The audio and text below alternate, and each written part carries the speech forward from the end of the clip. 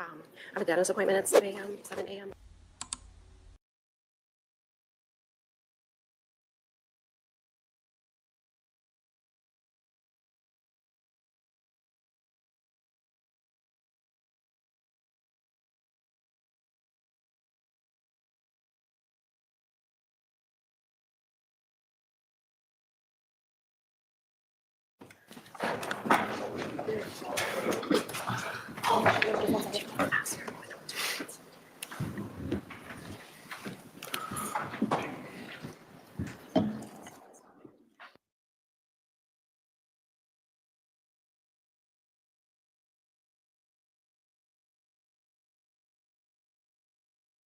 All right, we're on the record. State of Arizona versus Lori Daybell. It's 10:02 a.m.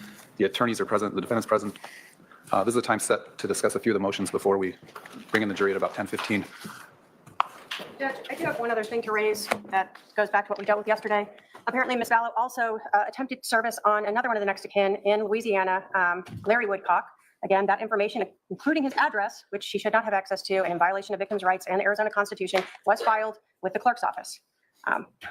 So we have not only with multiple people that she's subpoenaing that are not on her 15.2, that she's violating victims' rights for. So I'm going to ask, of course, the court seal that subpoena as well, since it includes his address. All right, it's ordered sealing any subpoena that was filed relating to Larry Woodcock.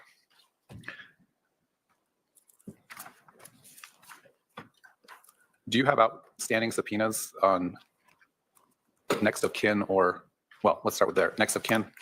Let me check, Your Honor.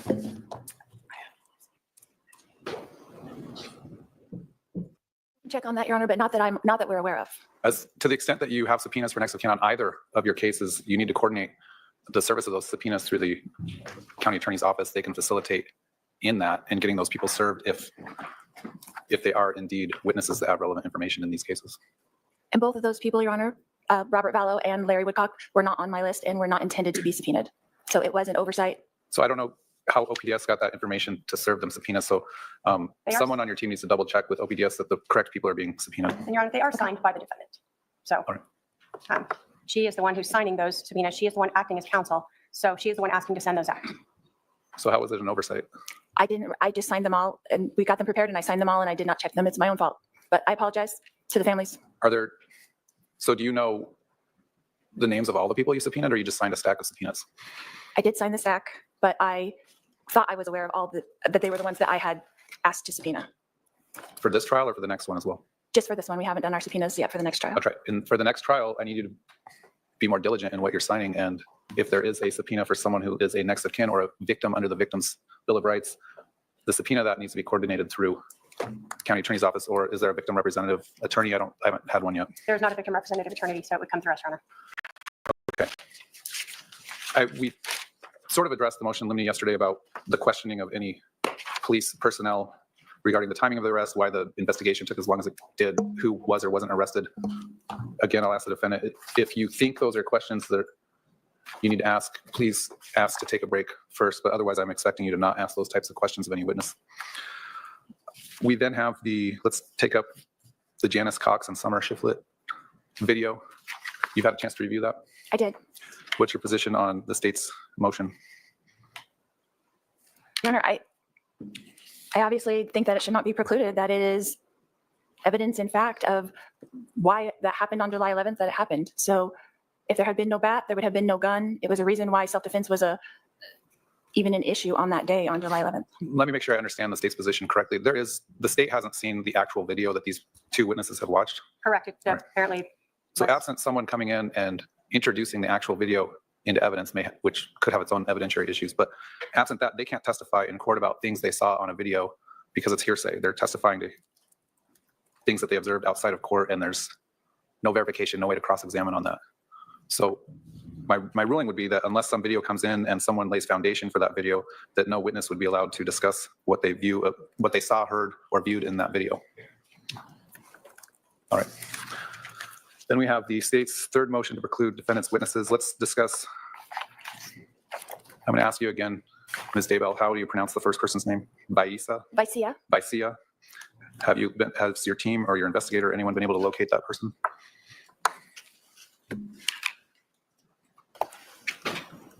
I would have to check with my investigator, Your Honor. What about Gabriel Bonilla? I know that he has made contact several times with Gabriel. I don't know if he has interviewed him, but I know that he's made contact with him several times. Do you know if he's been served with a subpoena? We're looking that up now.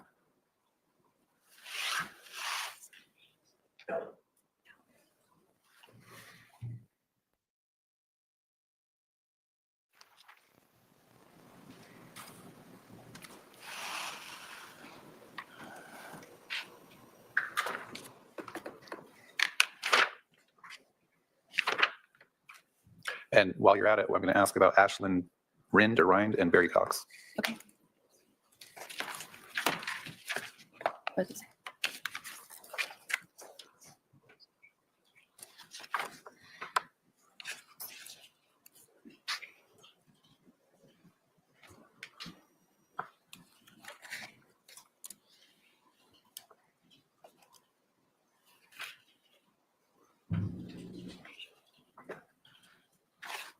So it looks like that Ashlyn Rind was not served or found, that Gabe Bonilla, OPDS, several times tried to serve that subpoena and it has not been served. And I'm not sure on the Barry Cox. All right, well, as was indicated by the state yesterday, they may be resting their case in chief sometime Thursday, at the latest Monday. So you're kind of out of time on producing these witnesses for interview. I shouldn't say you're kind of out of time, you are out of time. I don't know that I need to effectively preclude them because you haven't been able to serve them or get them to appear, in which case they wouldn't be called as witnesses. In the event that they are served or surfaced, we'd still need to have a discussion of whether they have any relevant information and whether they should still be precluded because of the late disclosure of what that testimony might be. So unless they're produced to the state for an interview here within the next day or two, they would be effectively precluded. Even if they are produced for an interview, they still could be precluded. Zachary Cox, let's talk about Zachary Cox. Has he been subpoenaed? The state has interviewed that witness apparently, but based on their motion, they don't believe he has any relevant information to offer for this trial.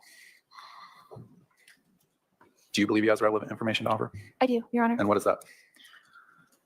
He was with my brother, Adam Cox, that day on the 11th and was in communication with Adam and Charles during that day and prior to that day. What testimony would he offer that would be admissible, that would be relevant to either self-defense or this did or didn't occur? He would be able to testify about what Adam already testified to, verify it or unverify it, What specifically? about what their itinerary was during that day and the day before and the following day. When did this, well, the state interviewed this witness? Obviously, I had no idea what he would be called about. So I talked to him for a few minutes. Did he have any idea what he would be called about? No, All I right. think unless the defendant says that he's relevant to impeach Adam in some way, then I don't really understand the relevant. I mean, she just said that he could be testified to verify what Adam said. So she's going to call him to confirm that what Adam said was correct. Is that, he would be confirming what Adam said or would he be disputing what Adam said? What specifically? Can you give me some more specifics? From his interview with my investigator, he would be disputing what Adam said. Well, then I'm not aware of that interview with my understanding in interviewing the defense Jeff White, is that basically they spoke for a brief time. It got heated. Who's and they? Jeff White and Zachary Cox. They did not have a full interview, is my understanding. I've not been provided with a recording of that, but in my discussion, my interview of Jeff White as a potential witness, he advised just that that Zach had advised that he had lived with them, meaning Charles and Lori, prior to them moving into this house, prior to them being separated. And that's about the extent of what I understood their interview to be. But maybe Mr. White can provide information as to how he. Mr. White, do you have any information on, you interviewed Zachary Cox? Yes. All right. And did Mr. Cox provide information that would be relevant to this trial to you? When I spoke to Mr. Cox, he was, in short, he was very belligerent. When we had spoken, I was asking about information about his father and him, as well as with Charles. The information that I did obtain from him did not agree with what his father had told me in the interview through the state. His father being? Adam. Do you know if Zachary Cox has been served a subpoena? As far as I know, I think that went through OPDS. All right. I guess we'll see if he actually gets served and shows up at court he may not, in which case it's not an issue I need to deal with. But if he does show up, we will need to flesh out whether he has relevant information, whether he should be allowed to testify.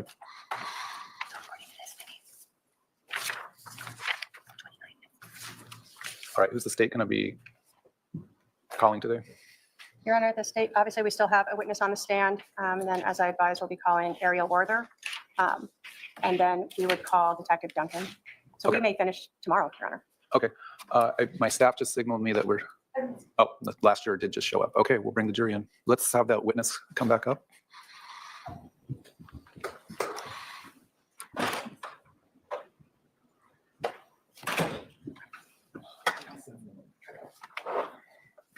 I'm kind of deferring, but not really.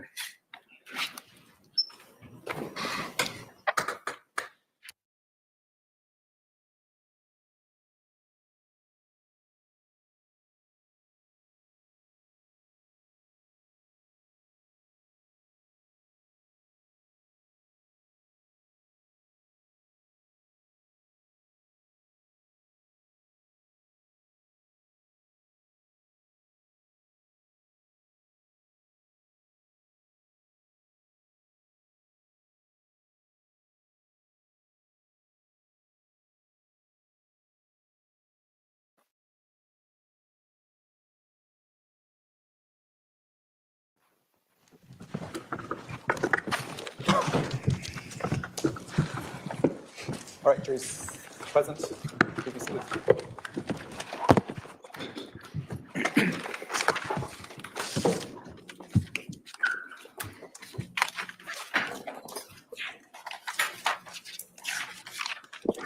Go ahead and resume your cross.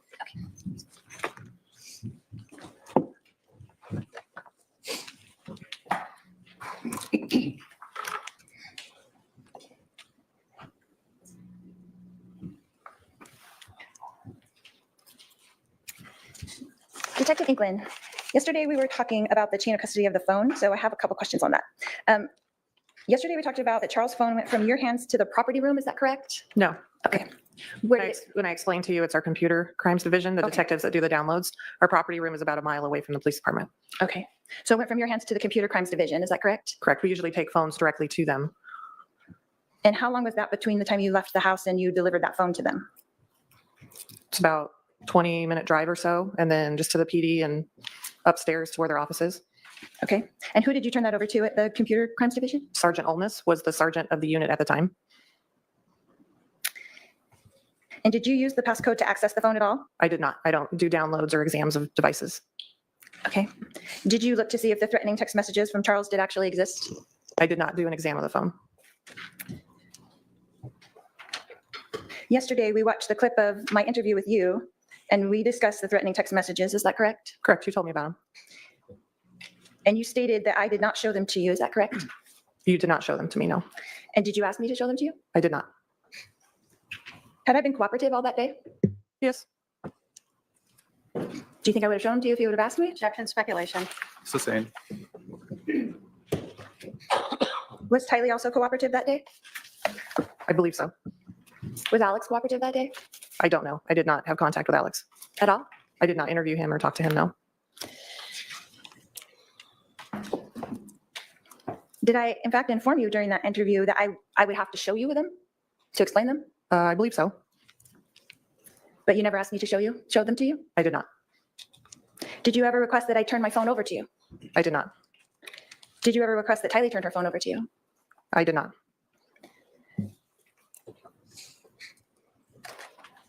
In the course of your investigation, did you ever, in fact, see those threatening messages from Charles to me? I did not. I did not look at any of the downloads of any of the phones. Or in the reports or anything? No. You never came across those? I did not review those reports or do any of the downloads of any of the phones. You didn't review any of Detective Duncan's reports? No, None of Detective Moffat's reports? no, Okay. Were you aware of the reason why I had two phones at the time? I was not. Did you ask me? No, I wasn't aware you had two phones. In the course of your investigation, did you ever learn that Charles had stolen my phone, so I had to replace it? Object to testifying and move to strike. Sustained. Your Honor, it's all part of the investigation. You're gonna object again. Sustained, it's testimony. The form of the question was testimony. Were you aware that after he gave it back to me that I kept both phones? I'm going to object. Sustained. Detective, in the course of your investigation, did you learn that Charles had a $2 million life insurance policy on me? I knew there was a life insurance policy. I don't know the amount. Did you ever see it in any of the reports, or, I did not review, and I was not part of that portion of the investigation. and you never saw that on any kind of Bates numbers? I'm going to object again to asked and answered. I'll allow it. Go ahead. Go ahead. You didn't see it on any kind of Bates numbers? No, Bates would be what the county attorney does. That's after me, so I didn't review that portion of the report. Okay.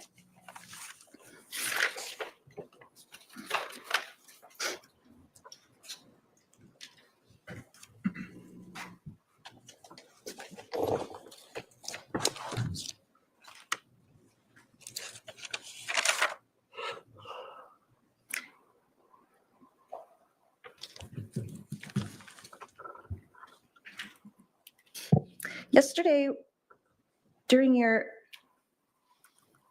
direct, you said that, or during our discussion, you said that we arrived at the Chandler Police Station and that we were taken into the Family Advocacy Center. Is that correct? Correct. Is that what it's called? Yes, the FAC or Family Advocacy Center. Okay. And was that just Tylee and myself that were taken to that part of the station? I believe so, yes. And so was Alex taken to the regular part of the police station? He was in a different portion in an interview room in the persons crime section downstairs.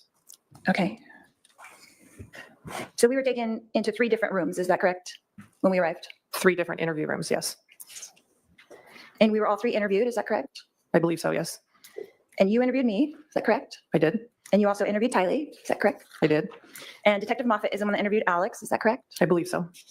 And these interviews were all video and audio recorded, is that correct? I believe so. And did you have a supervisor or superior there at the Chandler Police Station watching these interviews live from a viewing room? Not a supervisor. Who was it? There was a detective in sex crimes that was monitoring the interviews in the Family Advocacy Center. It's kind of standard, particularly the fact that Tylee was alone in the interview room at some point. So she was monitoring both interviews. And I don't know if there was anybody monitoring Detective Moffitt's interview because I was not a part of that. Okay. And what was her name? Detective what? Ashley Nolan. And then you said that you had, so you didn't go in and monitor during the interview with Detective Moffett and Alex? You didn't watch that one? No, it was going on at the same time. I couldn't interview you and Tylee and monitor at the same time. And then that means that Detective Duncan wasn't monitoring yours either at the same time, correct? I don't know what Detective Duncan was doing. I meant Detective Moffett, I'm sorry. Oh, I don't know. I believe he was talking to Alex, but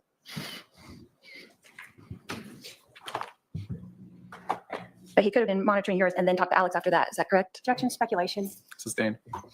Were there other people in this monitoring room that you know of? I believe Detective Nolan was monitoring from her desk as the sex crimes detectives work within the Family Advocacy Center. They're in the same portion of the building. Okay. So they can just monitor from their desk? Correct. They're not in like a separate room, is what you're saying? No, there's a monitoring room upstairs in the dedicated suspect interview rooms, but none of those rooms were used in these 3 interviews that you're talking about. Okay.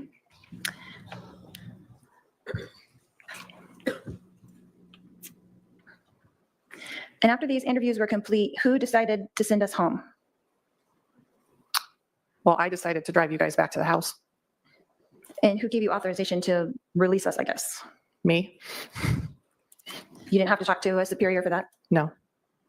And what about Alex? Who released him? That would be Detective Moffett was involved in his interview. I was not. So did you and Detective Moffett have a discussion on what to do next after our interviews were complete? Briefly, that we were done with the interviews and that at this point, whether or not to get you back to the house and how we were going to facilitate that. Okay, but it was decided at that time that we would be brought back together and taken in the van to back to the house and dropped off? It was the easiest way to get the 3 of you back at the same time. Are you aware of the press release that was issued by Chandler Police Department later that day? I am not. You never read it? I don't. You never heard about it in the course of your investigation? The press release? Yeah. No. You never discussed it with any of the other detectives? I would object. She's asked and answered. Sustained.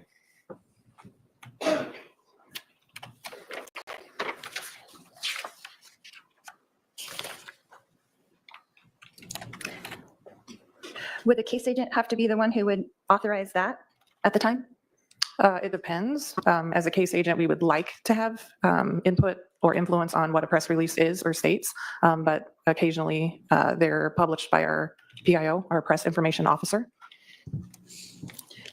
So do you know if Detective Moffett was the case agent at the time, is that correct? He was. And so do you know if he talked to the PIO and put that out, or if he didn't know? Objection, speculation. Sustained. Do you know if the PIO agent just put it out? Objection, she doesn't know about this. Do you know? I have no idea. Detective England, yesterday, the prosecutor asked you several times, why didn't Lori just give the phone back? Is that correct? That's correct. Did you learn in your investigation that the entire altercation only lasted a few minutes? That'd be a fair assessment. Because we discussed that in our interview, is that correct? We did. So from the time Tylee came out with a bat and I ran outside is maybe less than 2 minutes. We discussed that, is that correct? We discussed that it probably happened in a short amount of time. I don't think we gave a specific time amount to what happened, but that it happened in a relatively short amount of time. We didn't say that was like 1 to 2 minutes, like, That was our discussion, yes. yeah, that was our discussion. Okay. So we would not have been arguing for a very long time, is that correct? I think it's relative as to how long you've been arguing or how long the altercation took. Detective, in the course of your investigation, did you learn that JJ was outside in the car? I did. Did you learn that the car was still running? I don't know. Did you learn that JJ was in fact in the front seat? I know that you had articulated he was put into the car, but I don't remember if you specifically said the front seat, but he was in the car. Did you learn in the course of your investigation that JJ had autism? Yes, you told me about that. Did you verify that at his school? I did speak with his school, yes. When did you speak with the school? During the course of the investigation, I had contact with the school in reference to when he attended and generally kind of the services the school provides. Do you remember who you spoke to at the school at all? The director of the school, and then subsequently, there were a couple teachers that provided some information. And how long after July 11th was that first communication with the school? It was several months later.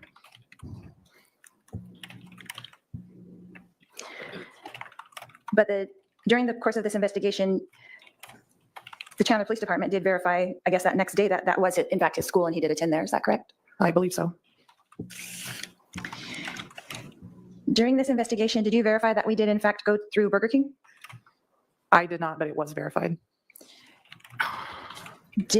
Were you aware of what we ordered at Burger King? You told me it was chicken fries and Sprite. Had you seen, you hadn't seen that receipt? I had not. Okay. I guess that was in fact in the portion of one of the interviews that we watched yesterday. Is that correct? Correct. You told me that in the interview. So were you aware that we also ordered 2 bottles of water? I was not aware, no. And in your experience with people in stressful situations, when adrenaline kicks in, does it make you incredibly thirsty? I don't object to speculation or knowledge. If she knows, she can answer. It can. And when you're in fight or flight mode, does your adrenaline kick in your experience? I'm going to object here to knowledge and foundation as to our knowledge of this. I'll sustain the objection. Did you offer Tylee and I apple juice at the Chandler Police Station? I think I offered you something to drink and what we typically would have there. Did you offer that for the purpose that adrenaline makes you thirsty? No, I usually do it to people I interview if they'd like something to drink while they're there. Detective England, have you ever seen me not calm? I don't object to maybe foundation as to when. All right, sustain, lay more foundation on when she has, what occasions she has had to observe you. Well, yesterday, you spoke often of my calm demeanor, my nonchalantness. Is that correct? Correct. So has there ever been an occasion when you have seen me when I was not calm? Again, foundation as to when she has seen her on July 11th. Please clarify the time frame you're referring to where she had an opportunity to observe you. Any other time, Your Honor? For example, how many hours on July? Can we have a sidebar? Can I ask you a question?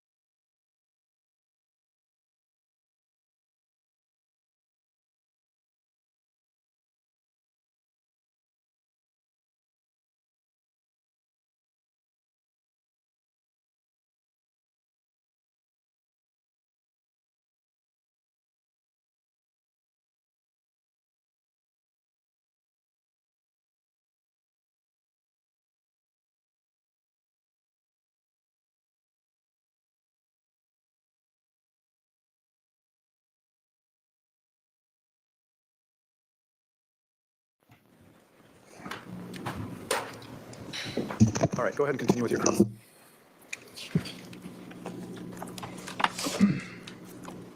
Detective England, did you discover in your investigation that I had run outside without shoes?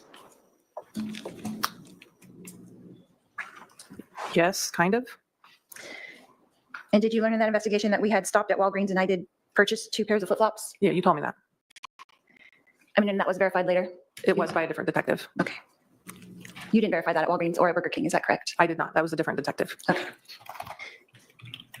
And as part of your investigation, did you view the video of me going into the Walgreens to purchase the flip-flops? I did not. Okay.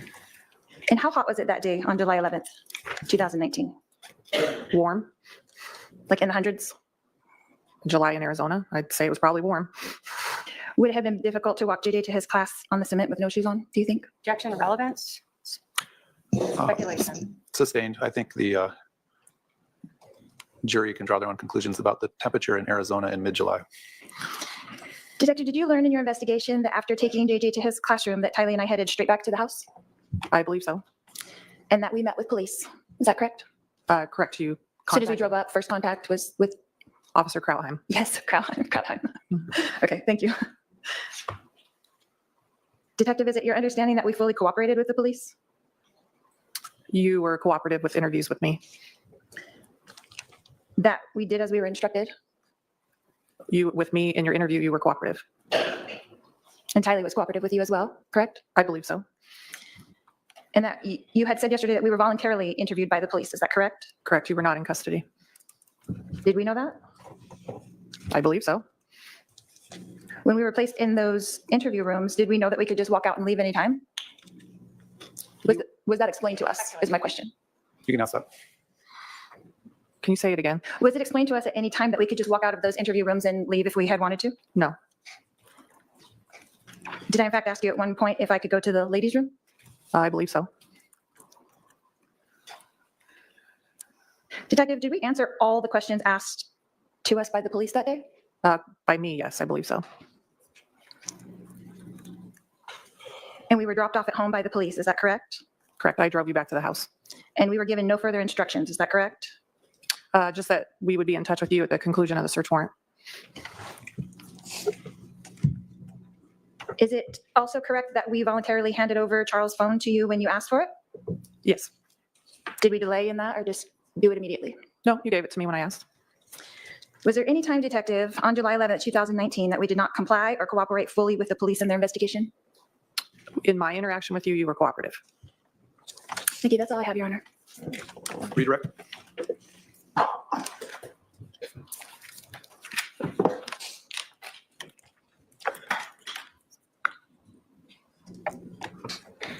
I'm going to start with when you first arrived on scene. You were asked a lot yesterday when you first noticed the defendant. Were you standing there at the house just waiting and watching to see what cars would arrive? No. So when you first noticed the defendant you just happened to glance over and see another officer speaking with her. Correct. You were asked a lot about her demeanor that day, both when you first interacted with her, taking her over to the van, correct? Correct. Did Lori Vallow's behavior stand out to you? It did. Why? So based on what was going on, that we had a homicide, her husband had been shot and killed, her brother was the one who shot and killed her husband. It was inside her home. Her children were at least partially present to this event. Her demeanor seemed odd given what was going on at the house that day. So throughout this time, you're just noting her demeanor, right? Correct. You were asked about whether or not you were calm at the scene. Do you recall being asked that on cross? I believe so. Had you just seen your husband get shot No, inside your own home no, by your brother? no, You were asked if the other officers at the scene were calm. You recall being asked that? I do. Were you aware of any of them having just seen their significant others being shot No, by a family member no, inside their own home no, with their children present? no. So would it be difficult to compare the demeanor of the officers and yourself with that of, say, Alex or Tylee or the defendant? It would be a difficult comparison. Not the same situation. No, You were asked a lot about Tylee's demeanor as well. Did you ever see her appearing to be panicked, no, overwhelmed with emotions? no. Was there anything about her demeanor or your interactions with her that made you feel she needed any type of medical treatment or medication or anything? No. the death notification that you attempted to make, I'll say. So to understand this, we're both Lori Vallow and Tylee inside the van. They were inside the CR 288 van. Can you describe for us what this van looks like? How is it, like a minivan? What is it? No, it's a larger, like 10 or 12 passenger vans, big, full size. So the doors open from the side to get into, I think there's like 3 rows of seating. And they use the van to bring services out, but also to transport people, and they have car seats and things like that. So when you went up to the van, you opened the door Correct. The side door to open, to get into the rear portion of the van. and you were with your sergeant at the time. Correct. And you asked if Lori would come out with you? I was trying to get her to come out of the van to talk to her outside, of Tylee's presence. Why did you want to do that? I felt it was more appropriate if I was about to tell somebody that a family member died to deliver it to her. And then typically what we'll try to do is kind of formulate a plan as to how we're going to tell children as to what happened. But before that, did Lori Vallow tell you something? She did. What did she tell you? She said that she already knew because she was there. And this was not what you were expecting to hear. It was not. You were expecting that she had no idea, Correct. that she rolled back up to this house and sees her brother out there but doesn't know what's going on. Correct. After you learned that she was there, did you now feel like you wanted to ask her what happened? Correct. We wanted to, at that point, transition to not just like a death notification and contacting her, but now we're potentially looking at doing witness interviews. Did you advise her that you wanted to take her to the station to interview her? I did. Did you advise her you wanted to interview her daughter? I did. And did you in fact ask her to come with you in a different vehicle? I did. She agreed to do that? She did. Now, how old was Tylee? 16 or 17? And she was put in a separate room than her mom. Why? So when you're going to do witness interviews or any interviews, you want to do the interviews separately. You don't want to interview people together. Obviously, even best case scenario, there's going to be some influence. So you want a good recount or statement from somebody that's their own statement. It's what they saw, heard, felt, not influenced by anybody else in the room or participating in like a group interview. Were you aware when you were conducting this interview with Lori and with Tylee of the amount of time that had occurred from when she had left the house to when 911 was called to when she was eventually interviewed? Generally, not specific, but I knew the general time. Initially at the scene, was there a misunderstanding? Well, let me ask you, when you arrived at the scene that morning, did you understand that when the 911 call came in is when the shooting occurred? I think that was believed or assumed at the time we got to the scene. Okay. And was that still your mindset when you were interviewing initially Lori Vallow? Correct. So when you started to interview her, you assumed that when that 911 call came in, the shooting had occurred just prior to that. Correct.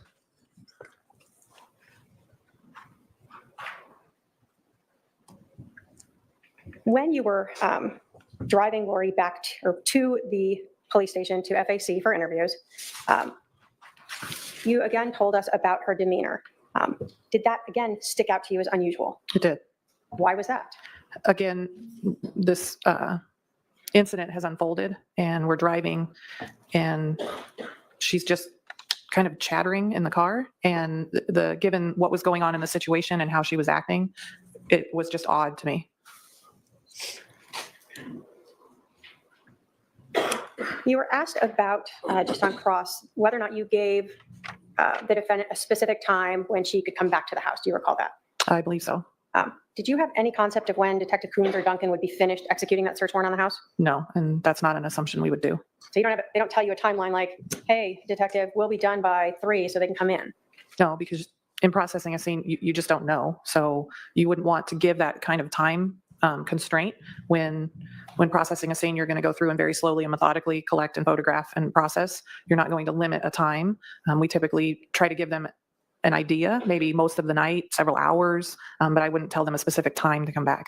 And your interactions with Lori, you hadn't even been in the house yet, right? I had not. So you have no concept of what the scene's going to be like Correct. or how long it might take. Correct.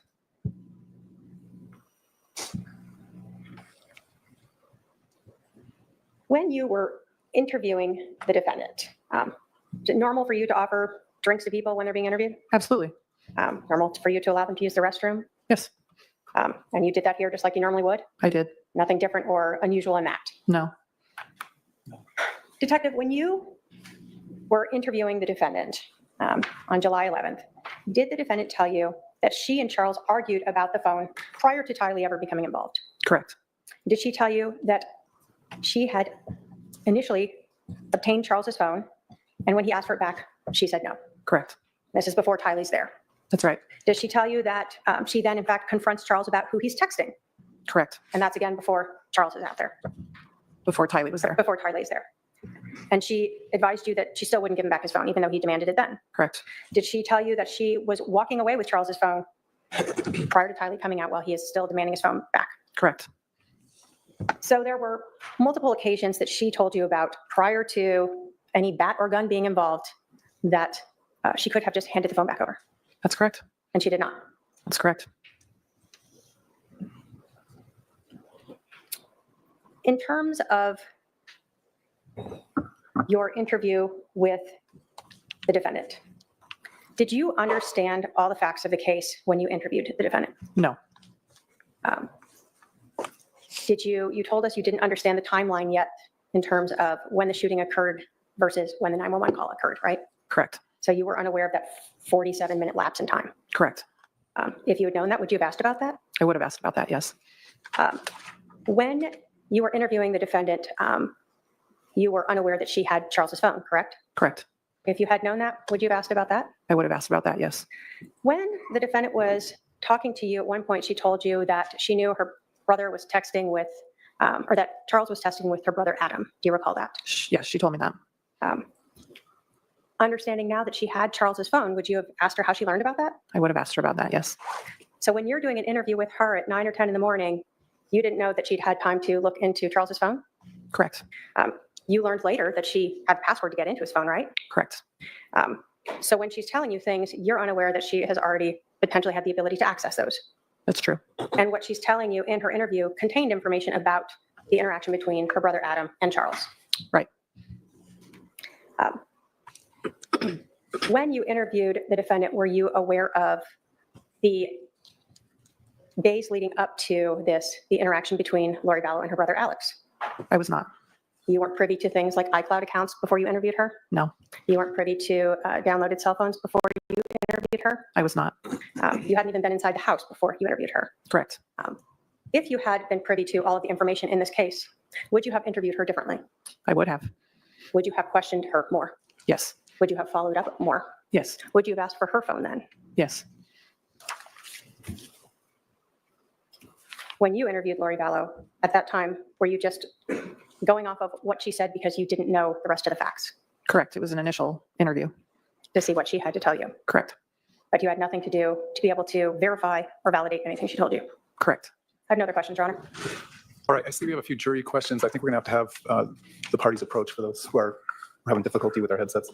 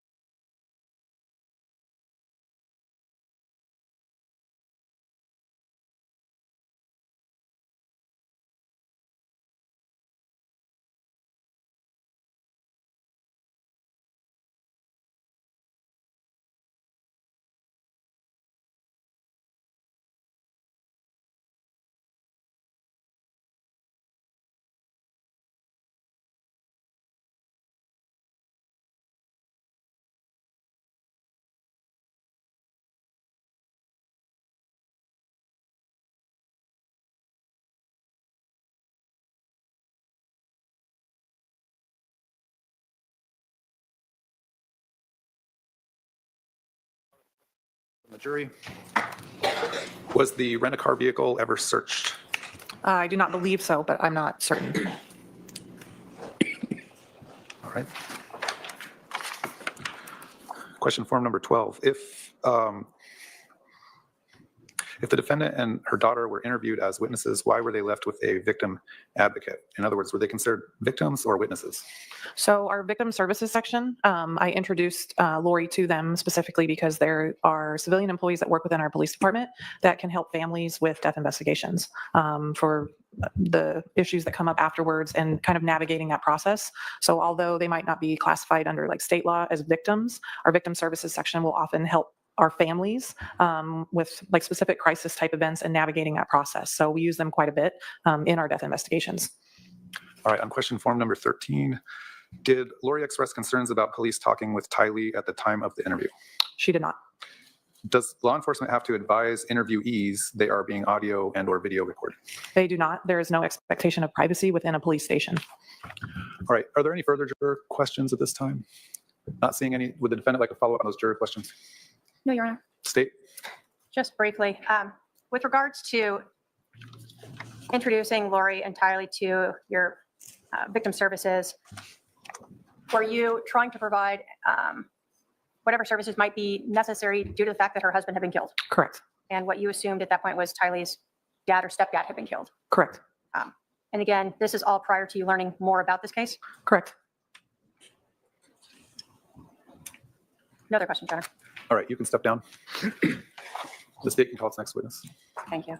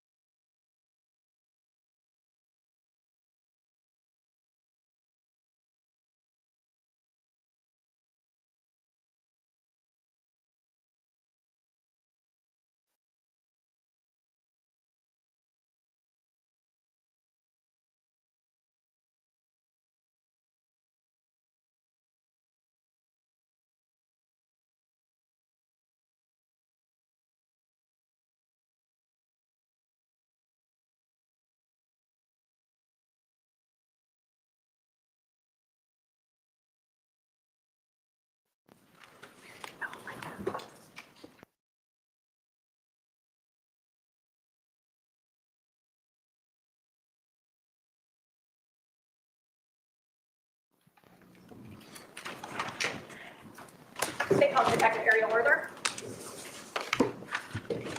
I may need to get some, there'll be a PowerPoint that he's going to do. All right, sir, come on up. You're going to stand right here and be sworn in. Ariel, A-R-I-E-L, Werther, W-E-R-T-H-E-R. You do solemnly swear that this one you're about to give will be the truth, the whole truth, and nothing but the truth, so help you God. I do. All right, have a seat up here to my left.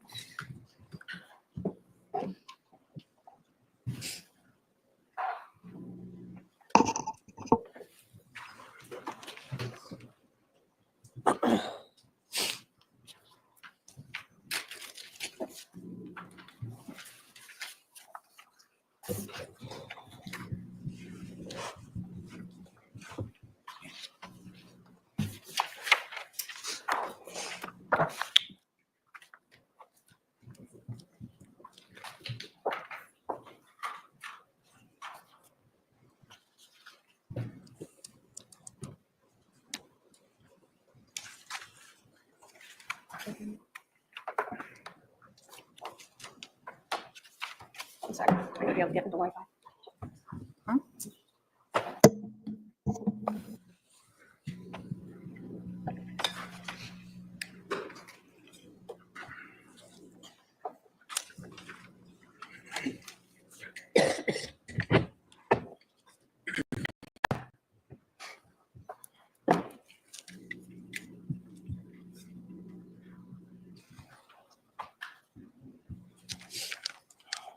I do need to give the court reporter a break soon. Should we just do that now? This might be a good time, Your Honor, just so I can get this set up and All hooked right, to why don't we have the jury go to the jury room for a short break? Please. All right, so jury.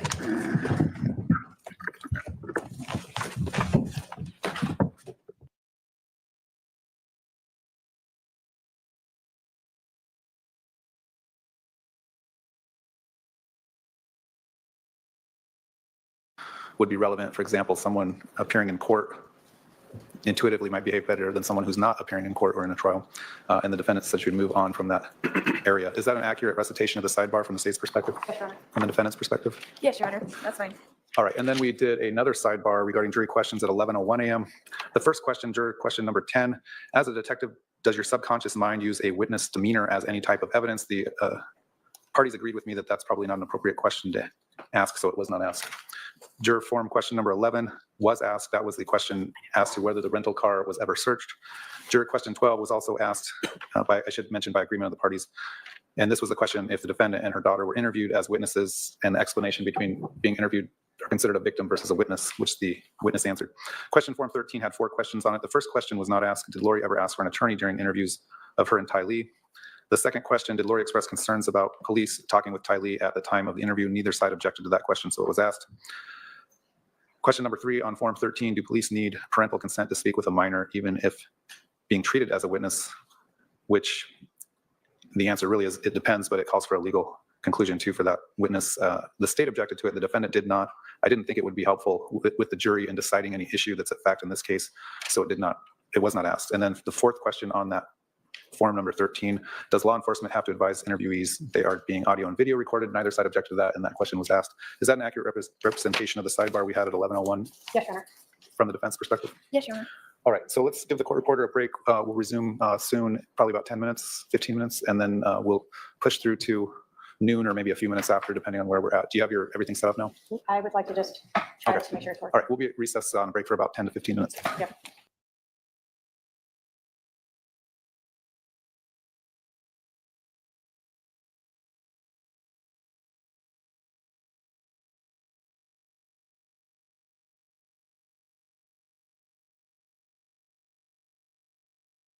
You work for the Chandler Police Department.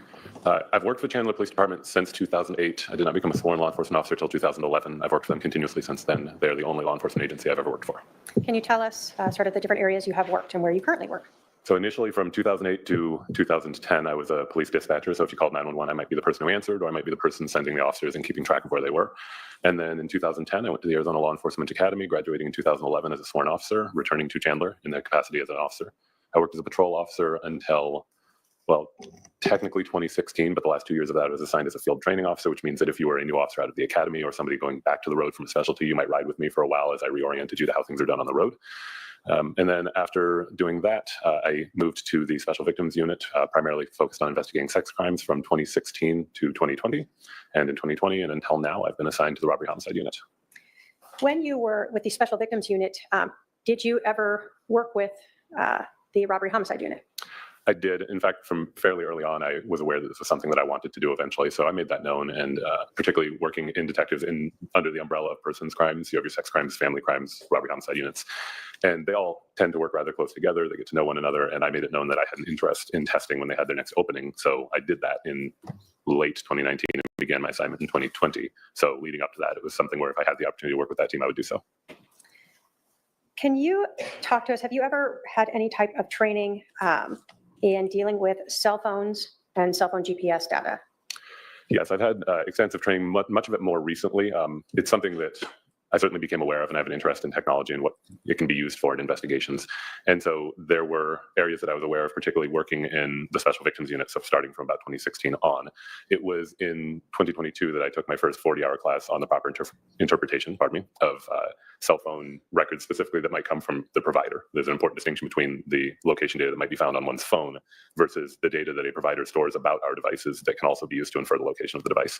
I took a 40-hour class primarily on that subject in 2022. And then in 2023, I took a 40-hour class leading to eventually becoming a subject matter expert in that area. Have you previously testified in court about cell phone GPS data? I have. Have you previously testified in court about mapping GPS data recovered from cell phones? I have. In July of 2019, were you still in the Special Victims Unit? Yes, I was. And did you become involved in a shooting that occurred on July 11th of 2019 at 5531 South Fort Peaks Avenue in Chandler? I did. How did you get involved in that? I believe I was downstairs where we all work in a similar area and became aware that a shooting had occurred, that it appeared that one person was deceased, and I volunteered to come along. My capacity was more to shadow, to learn about how these investigations are conducted with the aim of testing. That's something that's best practice to do if you want to test for a unit. You want to go out and see how the job is done. So when you initially, did you go out to the scene? I did. And when you initially out there, who did you shadow at first? Initially, I was at the scene with Detective Coons. I was present during the scene investigation, though again, as someone who was observing, I didn't personally impound anything or directly conduct the scene investigation myself. Okay. At some point, as you are shadowing these, were you given different requests to help the detectives who were working this case? Yes, although I'd say the extent to which I started going out and doing things, assigned tasks, really began the day after, on Friday the 12th. So on Friday, July 12th, 2019, did you become aware that no one had obtained contact information for JJ Vallow? That's right. And did you offer to reach out to Lori Vallow to get that information? I did. Why did you need that information? To have a complete and thorough police report, it's best practice to have proper documentation, name, date of birth, basic demographic information for all the people who are involved in a case, however they might be involved. Given the information we had at that time, he's someone who ought to be listed in the report. Okay. Was he also known to be the son of the deceased victim? Yes, that's right. On the 11th, had you had any contact with Lori Vallow? I did not have any contact on the 11th. Okay. On July 12th, after you offered to get that contact information, did you make contact with Lori Vallow? I did. Did you see her or call her? I called her first. And was that call recorded? That call was audio recorded, yes. When you spoke with Ms. Vallow, did you obtain the contact information for JJ Vallow? Yes. Did you learn from her where JJ went to school? Yes. Did you confirm that she had gone to Burger King before taking JJ to his school? Yes. Did you at some point during that conversation with Ms. Vallow learn that Charles Vallow was staying at the True Hilton Hotel? Yes. Prior to this, had you known that where he was staying? I don't think I had any information either way. Okay. So as someone who was separate, did you have any idea where Charles was, whether he was staying at the house or elsewhere prior to this? I didn't have that information, no. So you just learned this during your conversation when you're trying to get JJ's information? Correct. Did Ms. Vallow advise you that she was in possession of Charles Vallow's hotel room key? She did. Did she advise where she had found that? In his wallet, I believe. So you learned that she had Charles Vallow's wallet That's what she said. and that she then had a room key for him to True Hilton Hotel. Correct. Did you advise her that you would talk to the case agent and let her know who would go get that? Yes. After you spoke with Lori Vallow on the phone, did you offer to go out to the Burger King to see if you could obtain any video from there? I did. And when you are helping in this aspect of the case, were you aware at that time when the 911 call had been placed? I was. And when was that? That was at 8:36 in the morning. So you knew as you went out to Burger King that the 911 call was July 11th, 2019 at 8:36 a.m. Yes, that's correct. And were you aware when you went out to the Burger King of when the police had arrived at the scene? Yes. Was that within a few minutes around 8:41 or 8:42 a.m.? Yes, that's about right. And were you aware prior to going out there of when Lori Vallow had been shown or seen on body cam back at 5531 South Fort Peaks? I was. And was that the 8:48 a.m.? Yes, that's right. So all of this is kind of the timeline you're considering when you're going out to Burger King. Correct. So when you went out there, were you aware of that? I guess when you went out to Burger King, were you also under an understanding that Lori Vallow had said she was at the house when Charles Vallow was shot? That was my understanding, yes. So did all of that play into when you would assume the timing of her arriving at Burger King? It did. So sometime after 8:36 is what you're expecting? To some extent. I was aware that there's a little bit of a logistical difficulty in the question of how one could leave at 8:36 or at just after, and then arrive back by 8:48, knowing the distances and knowing the city of Chandler like I do. So because of that, knowing that it was clearly the case that she was there at 8:48 because she was on officer's body-worn video, then I knew that there was some chance I would find that the video was in fact prior to the 911 call, because otherwise the distances and the travel didn't seem quite right. So you see this 12-minute time from when 911 is called to when she arrives back, and you're thinking that there's no way to go to Burger King and drop a kid off at school and get back? Correct. One of the other things that I was trying to establish when I called her is where she had taken him to school, and to confirm that we hadn't misunderstood about the Burger King event happening after the shooting. Because if we hadn't misunderstood, and then learning where the school's approximately 7 miles away from the house. So the idea that one could in 12 minutes go to a Burger King, get their order, drive 7 miles one way, 7 miles back, and arrive in that amount of time seemed very unlikely to me. So you're now going to Burger King to try to figure out when she actually went there? Correct. When you are going to the Burger King, were you aware of what vehicle she was driving? I was. Was that, again, body cam had shown what vehicle she had come in? That's correct. And was that a red Kia Sorento? That's right. So let me ask you this. Did you go to a Burger King over at 2865 East Ocotillo Road in Chandler? I did. How did you know to go to that one? I chose that one because it was the closest one, and I wanted to make that logical assumption that probably where someone would go first, and then see if I found evidence there that that was the correct one. All right, so you weren't given that information. You're just trying to figure out which Burger King it was. Correct. Did you ask to see if they had surveillance video from the morning of July 11th? I did. So you were there on July 12th? Yes. When you look at surveillance video at a place like a Burger King, do you ever verify that the date timestamp on that video is accurate? I do. We very commonly find that at various places, the level of accuracy to their date and timestamps can be exactly right, or they can be off by a significant margin. So the best practice, and what I did in this case, is I will ask to see their live view, and the live view typically has a timestamp, as it did in this case, and then I will use my cell phone, my work cell phone's location time, or my work cell phone's time. And if they match up, then to me that indicates that the timestamp is probably relatively reliable, particularly if I'm there just the day after the video that I'm looking for. In this case, was the date timestamp correct for that Burger King? Yes, that's right. Did you then ask to watch the surveillance video from that morning of July 11th? I did. And as you were watching it, did you see a red SUV and a person that appeared to be Lori Vallow going through the drive-thru? I did. Do you recall about what time you saw that happen? I want to say the timestamp on that is around 7:20 something. Is it 7:54? 7:54. That is probably correct, yes. So if you're looking at a timestamp at 7:54 and you know the 911 call is at 8:36, are you already starting to wonder what's going on here? Yes, this was one of the concerns that led us to pursue this avenue of investigation. And you're aware that Lori Vallow had told Detective Inclan that she had left right after Charles was shot. That is what I was told. So if she left right after he was shot, she somehow was already at Burger King more than 40 minutes after the shooting, before the 911 call. Correct. Did you look at various channels from that surveillance video at Burger King? I did. And did you also ask to obtain a receipt from her purchase? I did. I can have my paralegal approach with 217 and 218.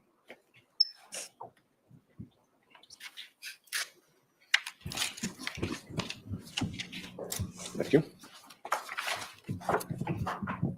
We're looking at 217 and 218. Do those contain affidavits from Burger King authenticating both the recording and the receipt? They do. And is that from the Burger King that you went to obtain that video and that receipt? It is.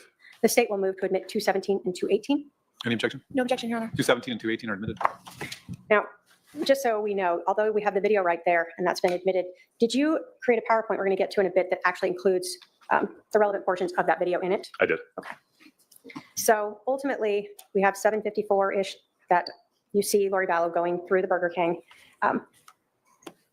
Were you then ever asked to meet with Lori Vallow to get that hotel key, still on the 12th here? Yes, that's correct. Where did you meet with her? I met with her at the Four Peaks house. Okay. Do you recall meeting with her there around 2:10 in the afternoon on July 12th? Yes, that's right. Did she provide you with a key card to a hotel, or what looked like a key card to a hotel? She did. Do you see that person who gave you Charles Vallow's key card in the courtroom today? I do. And can you point her out and identify what she's wearing? Yes, she's sitting at the defense table wearing a black blazer. Your Honor, may the record reflect the witnesses identified the defendant. It shall. Now, at this time, you had already watched the Burger King video that we've discussed. Did she appear to be the same person you saw driving that red Kia Sorento? Yes, that's correct. And when you went to the residence at 5531 South Four Peaks, did you see a red Kia Sorento at that residence? I did. And did that have Colorado license plates of BRS 084? It did. Did that appear to match the vehicle you also saw going through the drive-thru of that Burger King? It did. When you got the key card, did you then meet up with Detective Moffett to go to the hotel? Correct. And was that the True Hilton at 1950 South Santan Village Parkway in Gilbert? Yes. When you went there, were you able to verify that that's where Charles Vallow was staying? Yes, I believe Detective Moffett spoke to them, but then we were directed to a room. To a room. So were you present with Detective Moffett during that? I was present, yes. Okay. And so you were provided with a room number where he was staying? Yes, And were you provided, well, you had a room key already to get in there? correct. Did you, while you were there or later, obtain both an affidavit and record showing that Charles Vallow had stayed at that hotel? Yes. If I can have my paralegal approach with 219.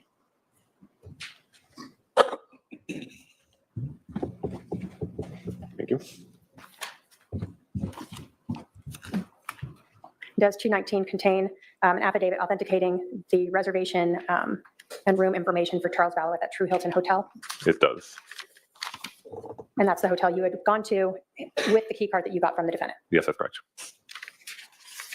The state will move to admit And I forget what number that is. Is that 219? Sorry.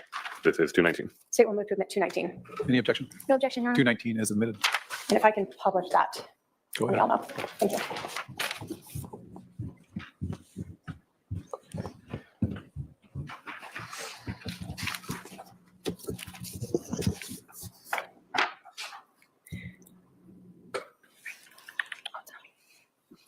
Okay, so let's pull up a little. We see this is from in Exhibit 219, the True Hilton at 1950 South Santan. Yes, And did this show that Charles Vallow arrived on the 10th and was supposed to leave on the 13th? yes, that's correct. And then were you also provided with information that this was Charles Vallow's room? Yes, that's right. Did you and Detective Moffett go into room 127? We did. And when you went in there, what was inside? There were items that I understood to belong to Mr. Vallow. That was our primary reason for being there, was to secure them. A backpack, 2 suitcases, I believe, at least 1 laptop computer. I assisted in gathering these up and impounding them. Okay. So all of those items were brought to the Chandler Police Department and impounded. That's right. After you had gone to the True Hilton Hotel, did you also learn that the defendant had told Detective Enkland that she had stopped at a Walgreens to buy some flip-flops? Initially, I was told at CVS, whether I misunderstood or there was a miscommunication, I initially believed it was a CVS. So did you try to locate a CVS in the generic area that you're looking at the Burger King and the school? I did. I tried actually 7 different CVS locations trying to locate video and wasn't able to. So at that point, you were unable to verify that initially. Correct. Were you then asked to review the GPS data that was extracted from Charles Vallow's cell phone? I was. Did you have anything to do with extracting the data from his cell phone? I did not. Can you talk to us about this GPS data that's part of this extraction? Like, do all cell phones give us GPS data? As an end user and the person who doesn't do the extraction, depending on a particular user's settings, particularly if we're talking about smartphones, phones equipped with a GPS module and where that GPS module is working, they may record the GPS location of the device for various reasons, depending on the settings. I, for example, keep my GPS location off, so you would not expect to find very many GPS recorded locations on my device. Many people keep them on. I find it's quite common. If so, then the people in the computer forensics unit are able to extract data from the phone to include logged GPS locations, and then can produce that in a report, which as an end user, I can view the latitude, longitude that was recorded by the device for one reason or another, and the date and time that it was recorded by the device. And that gives us GPS locations to look at for where the device may have been. So for Charles Vallow's phone, were you, through that extraction, provided with, I'll call it ongoing GPS data location for his phone on July 11th? Yes, so there were GPS locations recorded on the device for July 11th, which was the time period of interest, and I was able to look at those. Okay. So did you look and see if there were GPS location device information on the phone for other dates as well? I did not do that. You're just looking at the date of this shooting. Correct.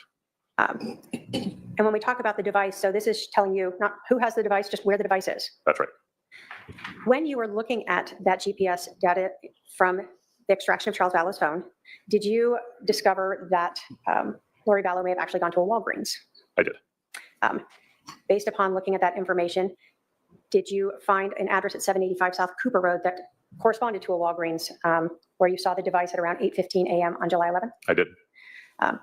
Based upon seeing that GPS data, did you go to that Walgreens? Yes, I initially called. I eventually went. After going to 7 CVS, you decided to call? I decided to call. And when you called, did you learn that they did in fact, well, what did you do? How did they know what you're even looking for? I called, asked to speak to a manager, as I will often do in things like this, and said, I don't tell them specifically why, but I'm looking to see if a person came through, and I provide a general description of that person and what it is that they may have purchased. Usually that's enough. That's what I did in this case. That's enough for them to find if they do or don't have that transaction on video. That's what I did. So you have the time and the date, the 8:15 and July 11th, and you just give them a description and see if they can find anything that matches? Correct. Did they advise you they did? They did. Did you go to that Walgreens and obtain a copy of that surveillance footage I did. from multiple cameras? Correct. Did you also obtain a copy of the receipt of her purchase? I did. My paralegal can approach with 216.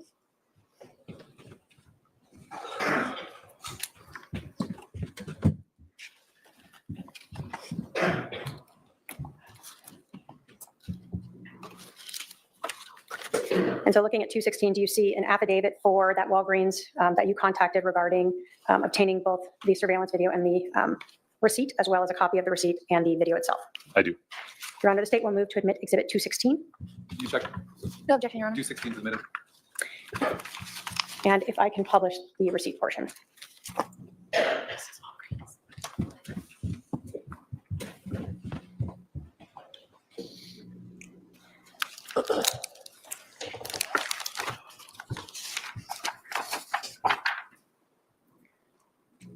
So for this receipt, it advises that at 8:19, there was a purchase for 2 different pairs of flip-flops. Yes.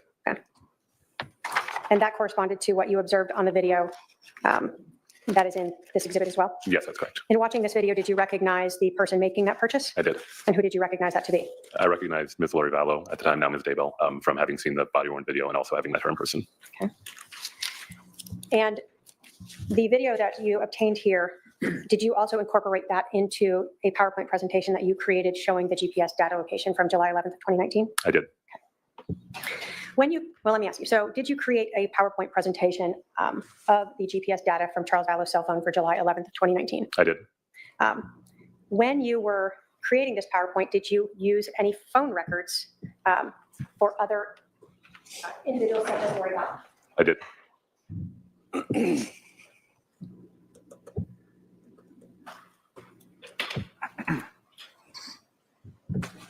When you were creating this PowerPoint, did you utilize cell phone records, and I think you talked to us about the difference here, and cell tower data that was provided to you by the providers, and by providers I mean like a T-Mobile or an AT&T? Those records were provided to Chandler Police Department, not to me directly. I later obtained copies that I used to incorporate in my presentation. So were you aware of search warrants that were issued to obtain cell phone records to include cell tower data for several different individuals? Yes. So in your PowerPoint presentation, did you utilize GPS data that was for Lori Vallow's Verizon cell phone with a phone number of 808-755-5452? One minor clarification, I wouldn't call it GPS data particularly. There's location Cell tower data, data. correct, but not specifically derived via GPS, as was the data from Mr. Vallow's phone. And if I can have Exhibit 222.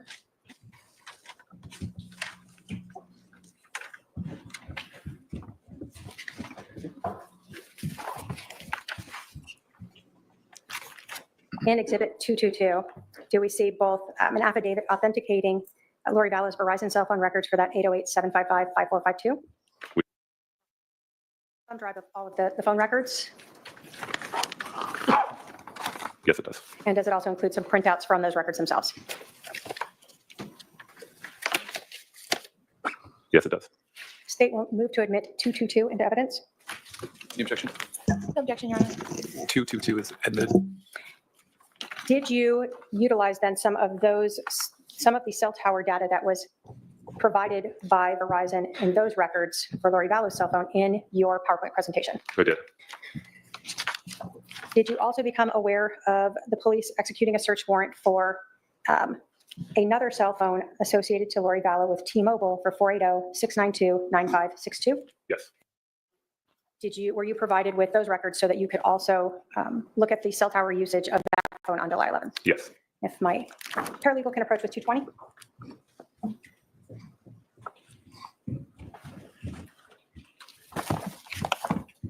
Looking at Exhibit 220, is there an affidavit in there from T-Mobile Yes, there is. related to, again, Lori Vallow? 480?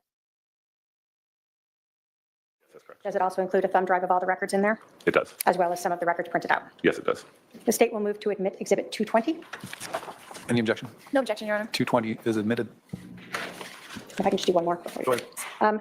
Were you also made aware that search warrants were executed to obtain Verizon cell phone records for Alexander Cox for a phone number of 480-3?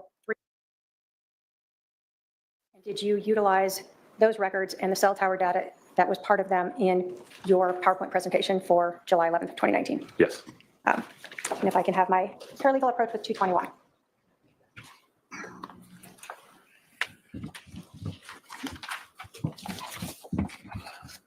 Looking at 221, do you see an affidavit there from Verizon for the Verizon cell phone records for 480-310-9120?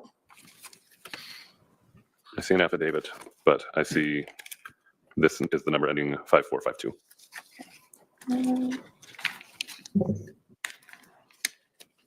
If you could look at that, is there a second affidavit in there?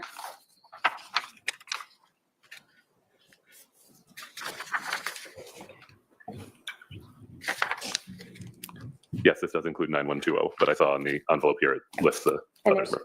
perfect. So there's an affidavit in there for the 9120 number There is. associated with Alexander Cox. Yes, And there's also a thumb drive in there of all the phone records associated with, again, that number 480-310-9120.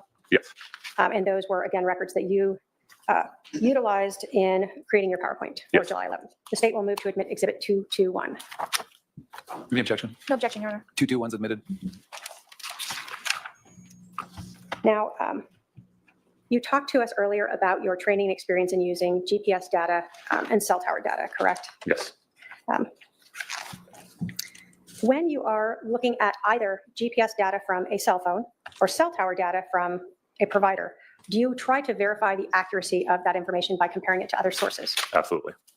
For instance, you told us that you were using the GPS data from Charles Vallow's cell phone and you went to Burger King. Correct. And were you looking at the times to see if the GPS data and time matched what you saw in that video? Yes, with one slight correction. I went to the Burger King initially because it was the closest one. Later, when I was given the GPS data, I looked and saw that it did, in fact, accord to the Burger King. And then I went to the Walgreens because of what I had seen in the GPS data. In either direction that you do that in, essentially what I'm trying to do is make sure just because a device has logged a location at a particular date and time doesn't have to mean it was there. The device could be wrong. It could have been changed in some way.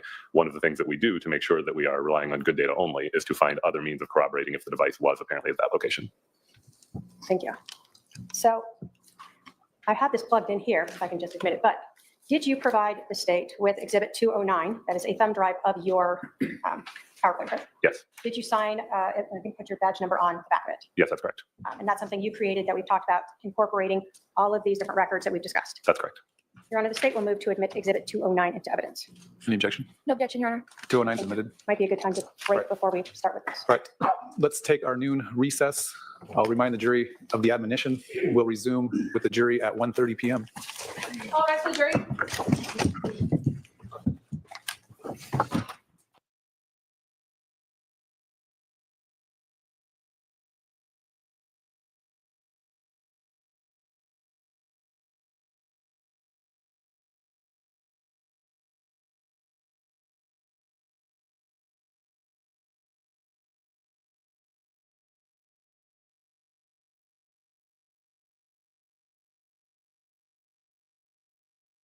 We were able to obtain from search warrants on cell phones for Lori Vallow and Alex Cox, Correct. as well as incorporating some of the video that you had obtained from Burger King and the Walgreens. That's right. All right. We had attempted to see if you could control this from your location, but you were not able to, right? Correct. So I'm going to have you sort of tell me as we go through when to proceed to the next step, okay? Very good. So on this first page, is this just describing for us the cell phones and the data, where you obtained the data from? Correct. Can you talk to us about what we're seeing here? What is this for? Yes, so I tried to have a slide for each set of records incorporated into the presentation. These are records I was provided. It's not necessarily the case that every one of these things is depicted at some point in the presentation, but these are all the records I was provided, about this number ending in 5452. Throughout the presentation, I'll refer to most of the numbers by the last four digits. It's just easier than listing the whole thing out, and they all have unique last four. So the list of subscribers is listed there, and then also the contact name that was listed in the subscriber records, and then you can see what each of the files was, primarily CSV or XLSX files. These are spreadsheets like you would open in Excel. Okay. Next. Yep.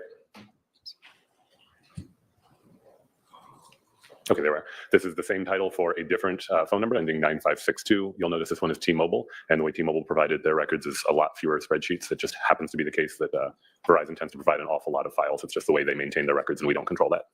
So some of them have records that one spreadsheet may include everything from calls to cell tower locations, and others, they separate them all out. Correct. Different businesses choose to keep their records different ways. We don't dictate it. We take what we're given, and then we analyze that. So this 9562 number is for Lori Vallow. That's what the subscriber information listed, yes.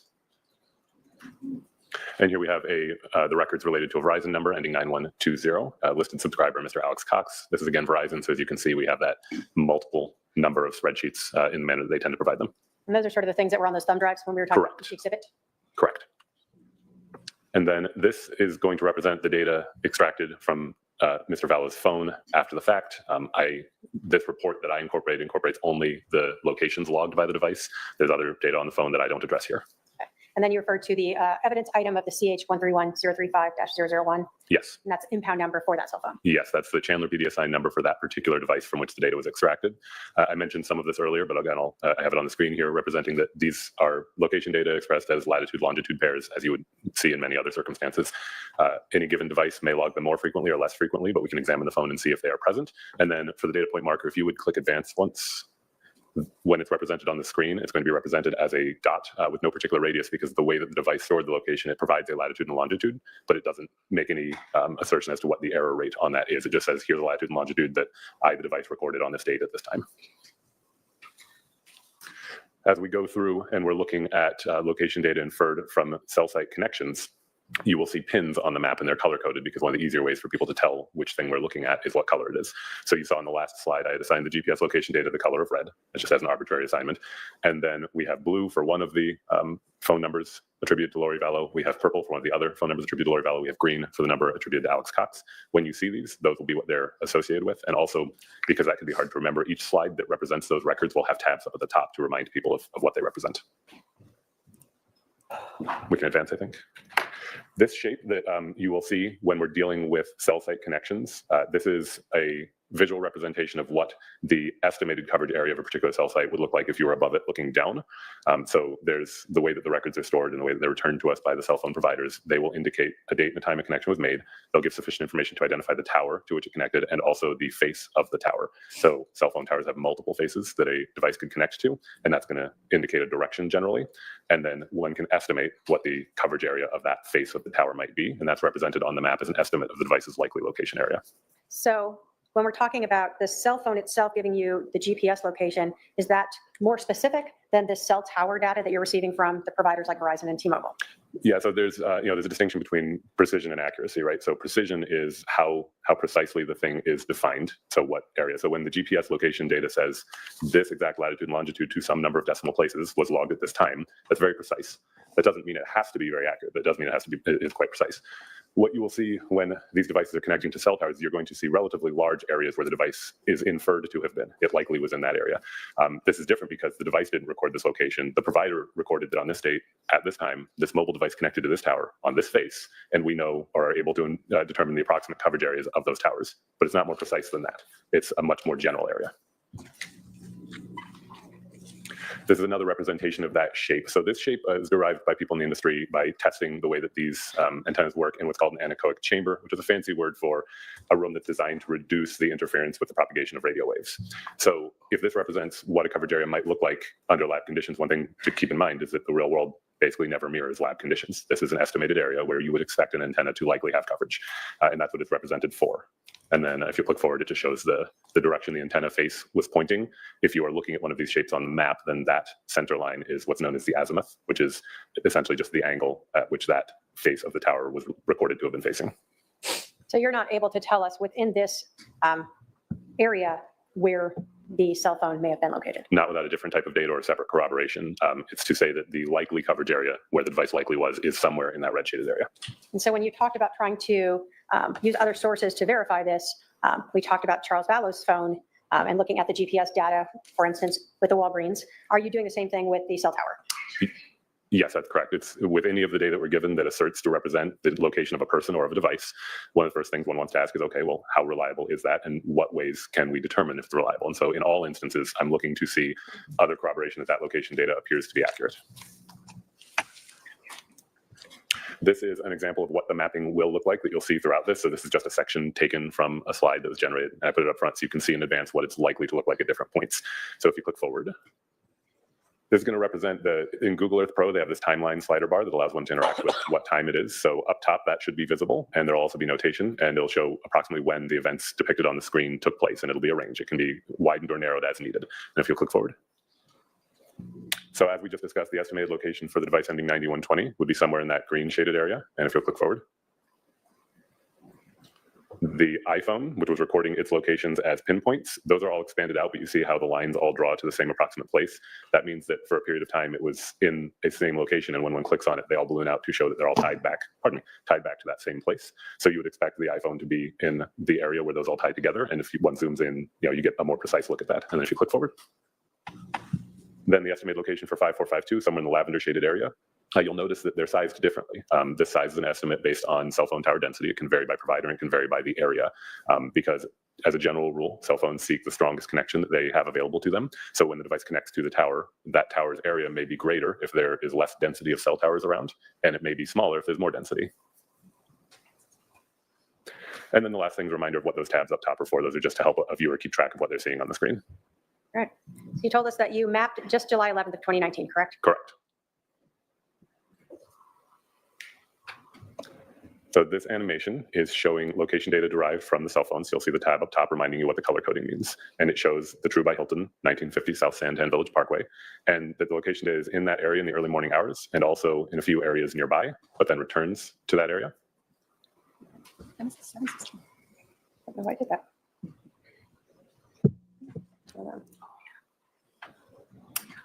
So we're looking, you have 716, Charles' iPhone is in the area of the True Hilton. So this is AM, correct? Yeah, so it's, and forgive me, I'm going to use military time because it's what we do, but 0000 is midnight through 716. This animation covers that range of time, and it's playing through what the locations do as one scrolls through that time, including that they end and True by Hilton.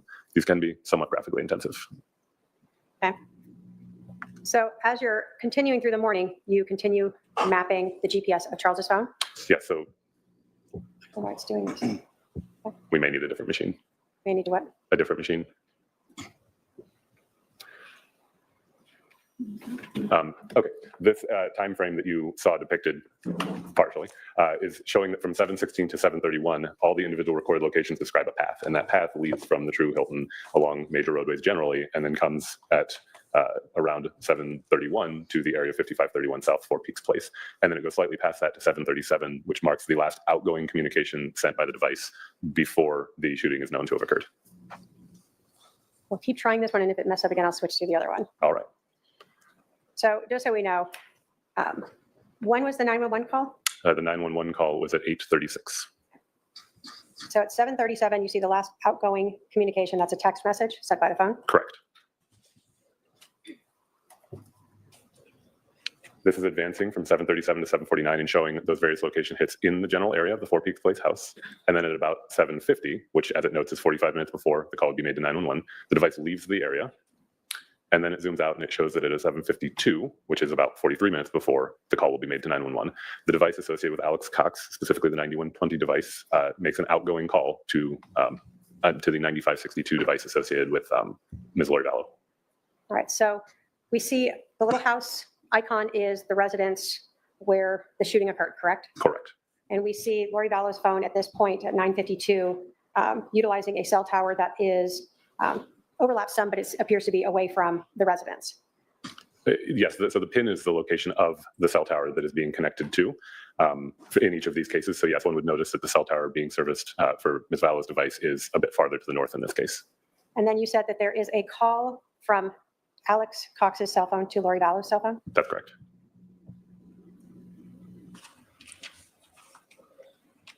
So we've added on the map the location of the Burger King at 2865 East Ocotillo Road, and you can see the red dots again representing the GPS locations from Charles Vallow's phone, arriving at around that time. So we're looking from 7:53 to 7:56, and the device is at or near where that Burger King is located. And so when you went to Burger King, let me ask this, the prior map that we saw, did that cell tower cover the area where this Burger King was or is? It may have. The thing is, all these locations are estimates, so it's in the area. It likely covered it, yes. Did you then utilize that video that we talked about to confirm that Charles Vallow's phone showing in this area appeared to match the SUV as well as Ms. Vallow being there? Yes, it appears to match this visit to the Burger King, which we are now seeing. This is the video that I recovered from the Burger King. All right, so this was a video that, so you could identify the vehicle and at least see the license plate on that? Correct. And as you watched it, this one doesn't depict the, or you can't see the driver on this video, right? Right, there's another view coming up. So this one just shows us hands going in and out. It does. It shows the view showing the vehicle. This is one of the views that they have of their drive-through.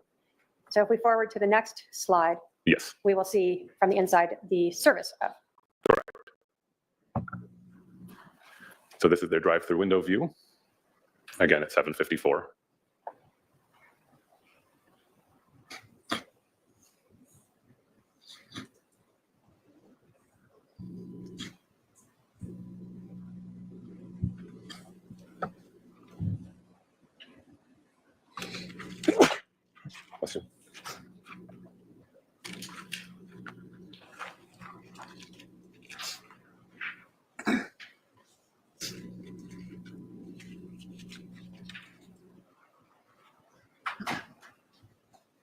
And so did this appear to match the receipt that you had received? This did appear to match the receipt, and this I was told as well, and that document was associated with this transaction.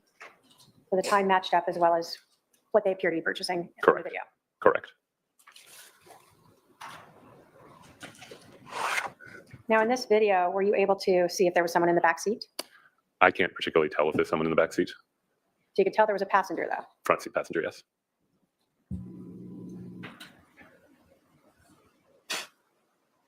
All right, so we see the vehicle pulling away. It's almost 7:56 according to their timestamp. We can now advance. This video as well is going to show at about 7:56 as the vehicle leaves from that view at the drive-through. So again, we're seeing that the times that are documented on Charles's phone seem to appear with what you're looking at from other independent sources. That's correct. So here we have the location data from Mr. Vallow's iPhone is now moving north. You see those few hits that are rendered in red. That's from 7:56 to 8:06. So that's the time that the vehicle just left and going forward 10 minutes. And then at 8:06, there is this outgoing call from Alex Cox's device to Lori Vallow's device. And you can see the service area for Ms. Vallow's device has also moved north to an area that covers the same area where you see those red data points for Mr. Vallow's iPhone.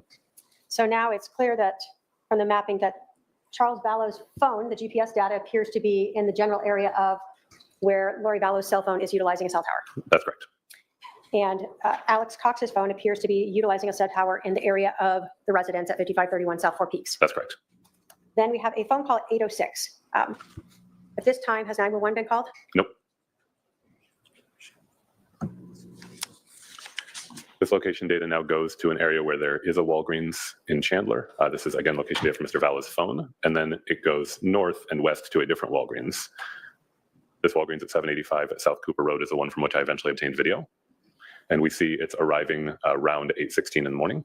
Did you go to that other Walgreens? I did not go to that other Walgreens. Did you call them? I did not. So you picked the right one. You called this Walgreens. Were you able to see that the phone was there for a while? Yes, And did that give you a clue that this was the Walgreens that might have some relevant information? more likely correct. So we see those red dots again identified as Charles Vallow's iPhone, the GPS data that was extracted from it. And we see that his phone is in that area around 8:08. Well, it moves to that area. So at 8:08, it was at the one on Lindsay. And then from 8:08 to 8:17, it moves up to the one on Cooper. And that's where we are now, is at around 8:17. And we can tell that from the up on the left-hand corner. The slider slide. up top. Yep. Okay. So then you went to that Walgreens after you confirmed and you obtained video from them? That's right. And is this the video? This is the video. You can see the timestamp at 8:16 as she walks in.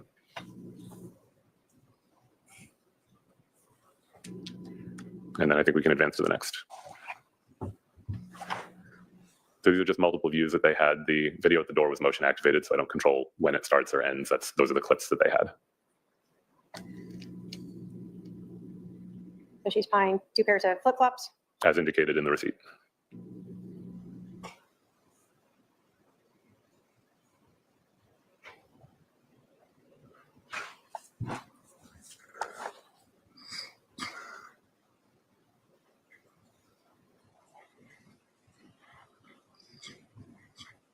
So you'll see on their timestamp, we're now up to 8:20 and the transaction is completed. Yeah, I think we can go to the next slide. All right, so this shows now a time span from 8:17 to 8:33. You see that the next location hits move over to Lauren's Life Academy at 8:33 at 1305 South Gilbert Road.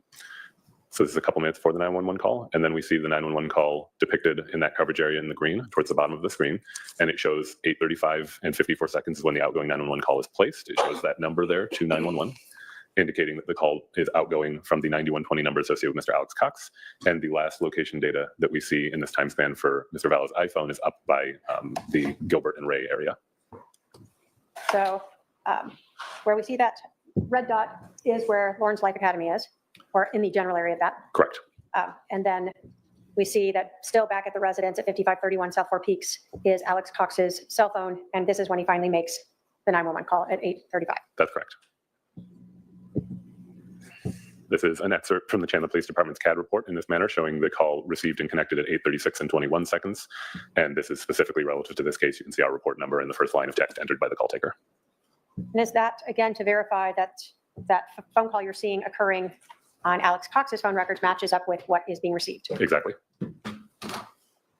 And then here at 8:49, we would see, looking at the location data on Mr. Vallow's phone, it's moving south, and that it's about at 8:49 that it arrives in the neighborhood at 5531 South Fort Peaks Place, rather, and specifically on that street. So just looking at the data, you would expect the device has now arrived in the area of the house at about 8:49. Now, you told us that this GPS data, that you have no control over when a phone is documenting that. So it's not like every minute or every 5 minutes that it does that. Correct. You're just given the data you're given. That's when it marked again that where it was. Correct. Did you then, again, to try to confirm that this is, in fact, his phone is back in the area by looking to body cam footage to show the arrival of Lori Vallow and Tylee Ryan? Correct. So one way of corroborating if the device is traveling with her and if it arrives at about the same time, our body cameras are all timestamped. The officer happened to be wearing his upside down, so I'll fix that for you in a moment on this slide, but you can see the timestamp there. And if we advance, I highlight a couple of things about this slide. I highlight the sandals. I invert the timestamp so you can read it properly, and I do the conversion because it's in Zulu time, which is Greenwich Mean Time, which is always 7 hours ahead of Arizona. So you have to do a little conversion to get to 8:48 in the morning. Okay. So that, again, matches with the GPS data from Charles Vallow's phone showing that his phone was now back on scene. Correct. Now, you continued to track the phone for the day. Yes, so this shows a time span 8:49 to 9. The phone is near the Fort Peaks house, as was Alex Cox's device. Advancing a little bit, we see that now Alex's device is up in the area of the Chandler Police Department. And another way that I can check that that appears to be accurate is that I know that he was transported there at about that time. All right, so we saw, before this went purple, that Lori Vallow's cell phone and Alex Cox's cell phone were in the area of the 5531 South Fort Peaks, Yes, along with Charles's iPhone. yes, And then we see movement of Alex's phone to the Chandler Police Department. yes, that area where it was at the end of the slide before the animation overpowered the machine was showing a coverage area that includes the Chandler Police Department.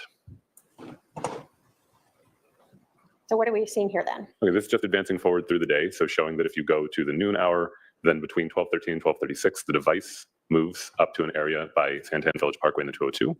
And then there is a tower connection with Ms. Vallow's device ending in 9562, showing that device is also in an area served by that tower.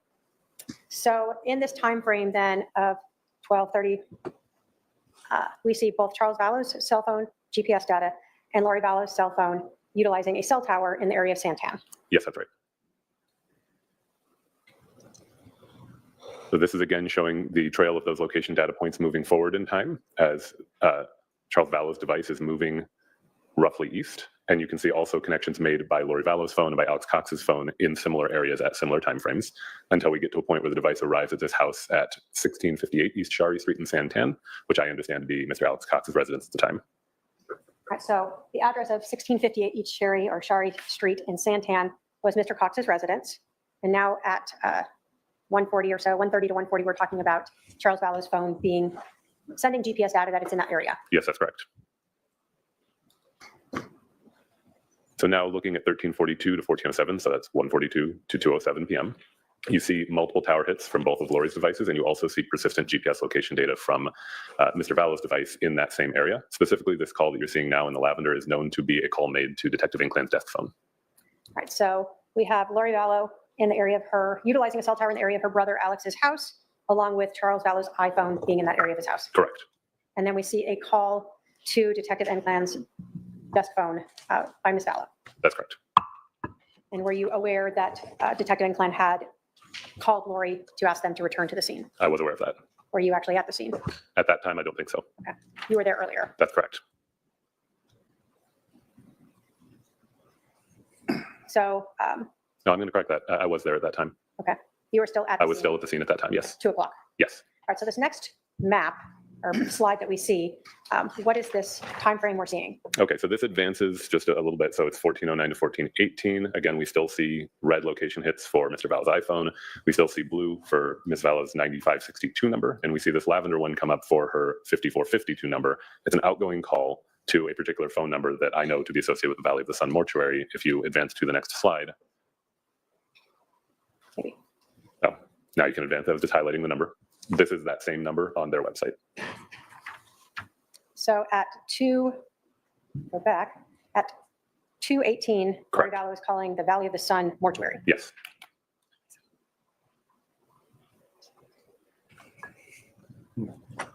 So here we advance this area. This is going up closer to 243. You'll see location data for the iPhone starts trending westward. and is eventually going to arrive again in the area of 5531 South 4 Peaks. That's at about 3:11 p.m. when it arrives in that area. Now, you indicate in one of the icons up there that from 209 to 243 or 1409 to 1443, that you also had noted Lori's, both of her phones associated with her, the Verizon and T-Mobile, as well as Alex's Verizon phone, were initially in the area of Alex's house in Santan.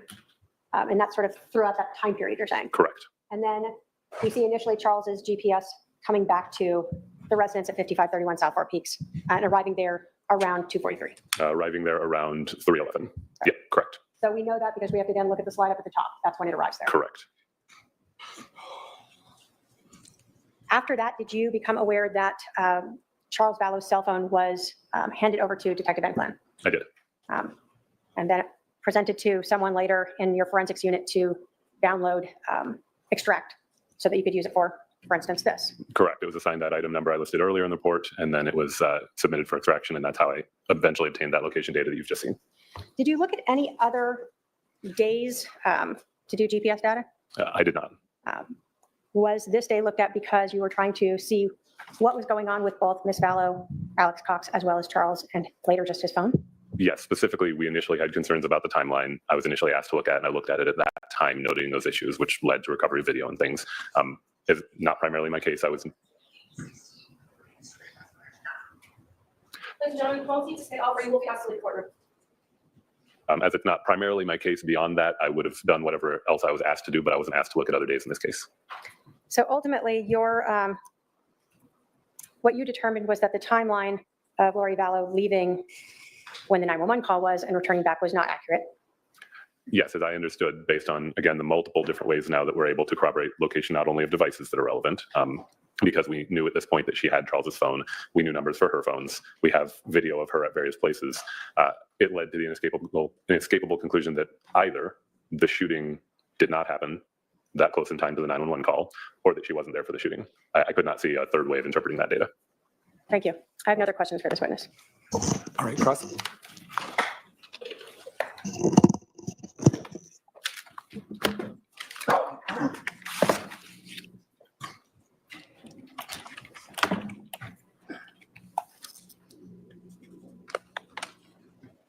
Detective Werther, you had submitted a report on 12/26/2019, is that correct?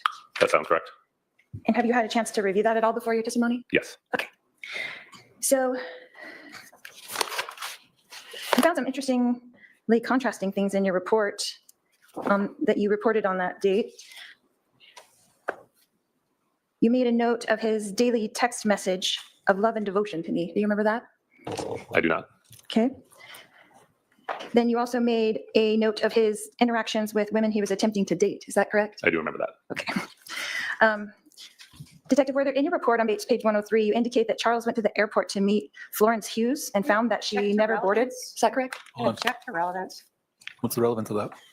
It's just in his report, Your Honor, and I was just going over it to see if, Well, everything in a police report isn't necessarily relevant. Well, how's it relevant to this case? it's relevant to show what was going on in this, right before this happened. These Right. events happened within June and July. All right, it's the objection sustained. Did you learn who Florence Hughes was? I'm going to object again to relevance. Sustained. In your report, Detective, you find evidence that Charles did in fact send someone $1,000. I would object to relevance again. Sustained. I would object to relevance to all of these types of questions.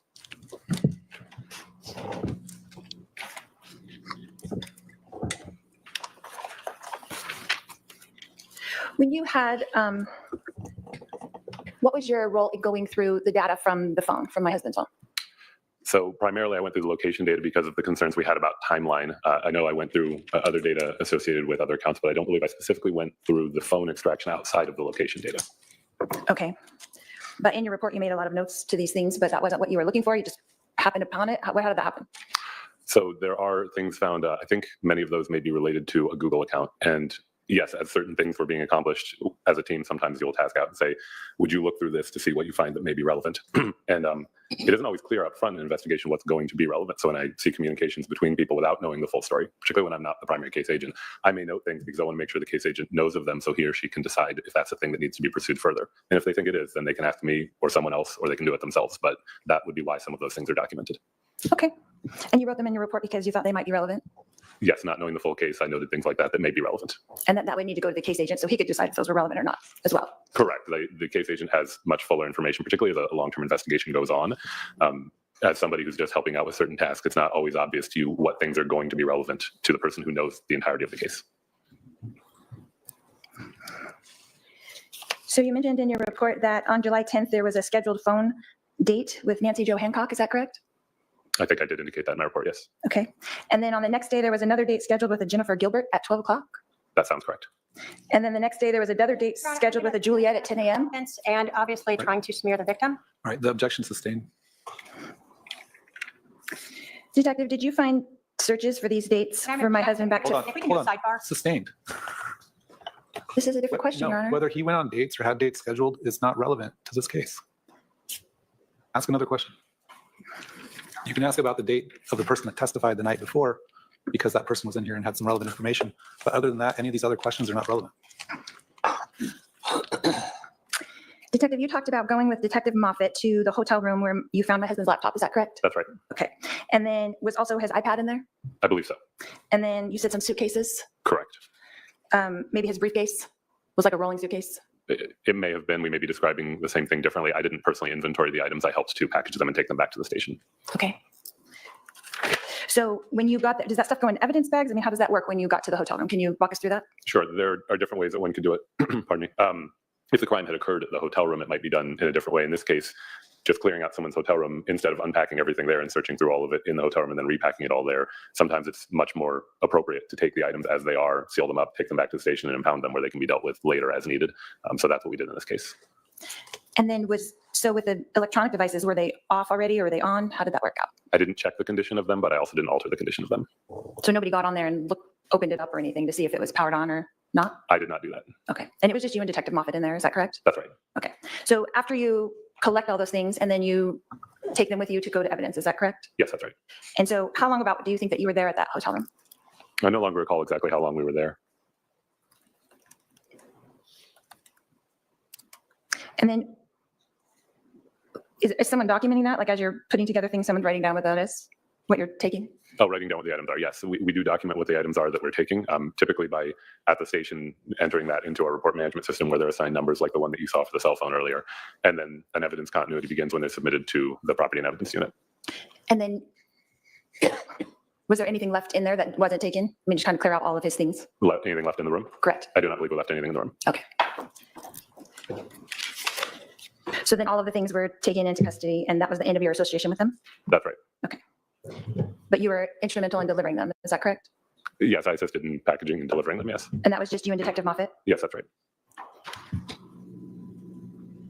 In the course of your investigation, Detective, did you become aware of the $2 million life insurance policy Charles had on me? I'm not aware of that.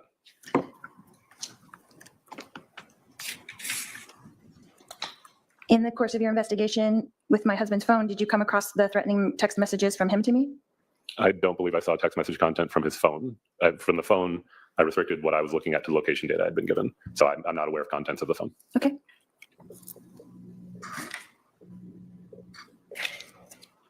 And then, Detective, what was your role back at the house at 4 Peaks Place? Approximately what time did you arrive and then leave the scene?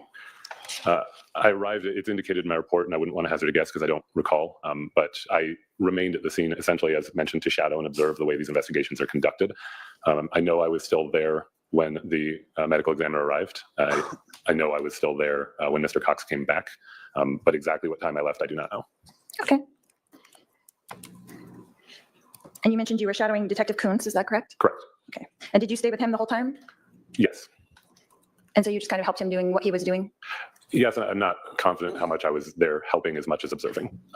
I didn't actually perform any particular tasks while I was there because, again, I was not on the team yet. So you were observing mostly? Mostly. And then did you take notes while you were observing or just I did not. physical with the eyes? I was just there to observe, yeah. Okay.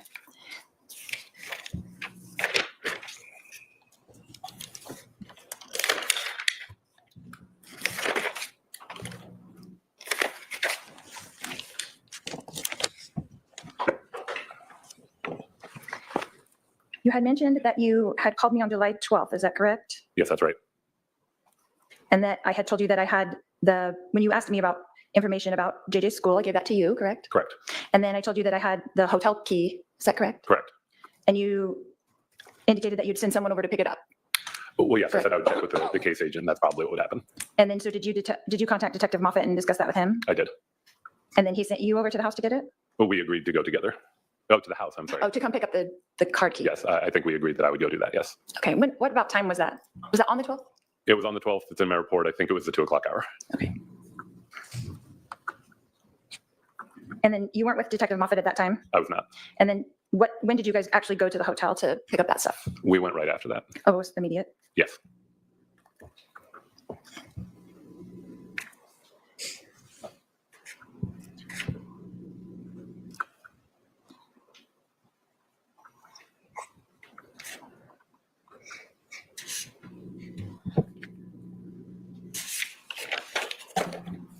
How long, Detective, did you analyze all this data before you did your report?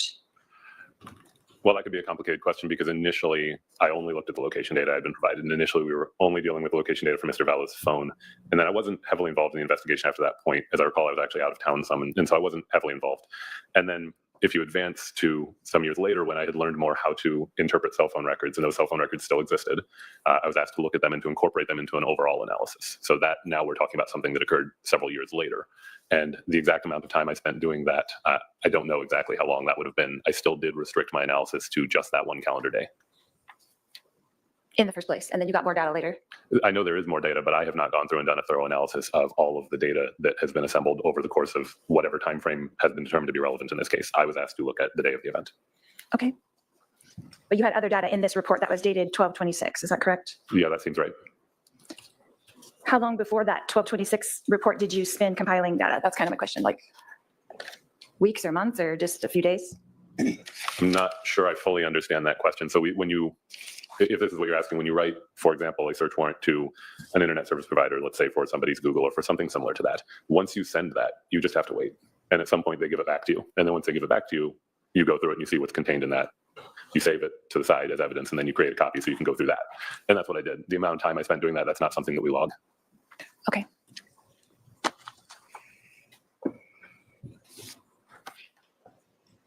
But your report goes from, I guess, Bates page 88 to 105, so about 8 pages worth of data, yeah? Say? I'm not sure. Is that a question?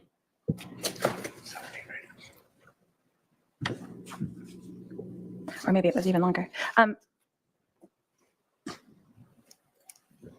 Did you go to Lauren's Life Academy at any point? I did not.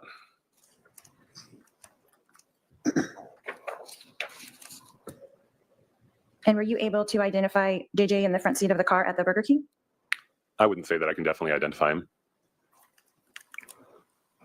But you indicate possible juvenile with short dark hair in front passenger seat. Is that correct? That's what I was able to see on the video. Okay.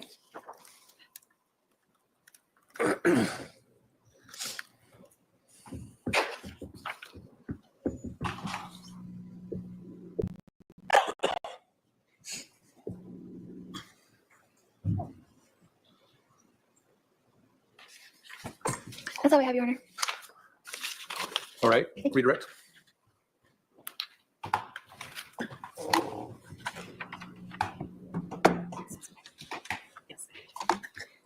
When you went to the True Hilton Hotel and picked up all of Charles Vallow's personal property, did you ever review anything from his laptop?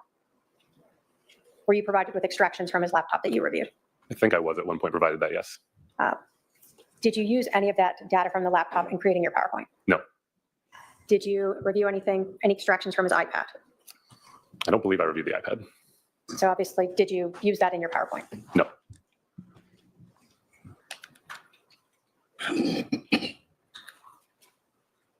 In your understanding, why were you only asked to look at the day of July 11th of 2019?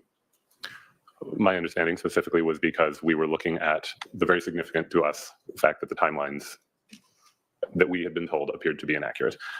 The purpose of what I looked at was to examine whether that inaccuracy was supported by or refuted by various different types of location data, video data, other evidence. And again, that's specifically what I looked at is, does it appear that this device, as I had been told, was actually traveling with Ms. Vallow, or does it not appear to be the case? And it doesn't matter to me what the outcome was, but as you can see, there are indications that it was. Beyond that, if someone had asked me, oh, well, now there's some relevant question we want you to look at an expanded timeline for, I would have been happy to do so, but I was not asked to do that in this case. So were you trying to determine whether or not it was accurate if you had not or been advised that the shooting occurred just before 911 was called? Correct. And did what you learned match up with that? No, again, as I said, I will say that the device has clearly departed the scene well before the 911 call and does not return until after the 911 call. The distances make it entirely implausible that the device went all that way that quickly, plus the timestamps are logged prior to the event. And so again, I could see only two possible interpretations. Either the shooting happened much earlier than we were told, or the device and the person bearing it, which I understand to be Ms. Vallow, left well before the shooting occurred. I don't see a third option. Thank you. No other questions? Are there any questions for this witness from any member of the jury? I don't see any. Sir, you can step down. Thank you. All right, members of the jury, I've been informed that a witness that was scheduled for this afternoon has become ill and would not be able to appear this afternoon. So we're going to break early for the day. The schedule for the rest of the week will be 10:30 to 4:30 for Wednesday and Thursday. So plan on 10:30 to 4:30 for both of those days. You're free to go for the rest of the day. Please remember the admonition. We'll see you tomorrow at 10:30 a.m. All right, the jury.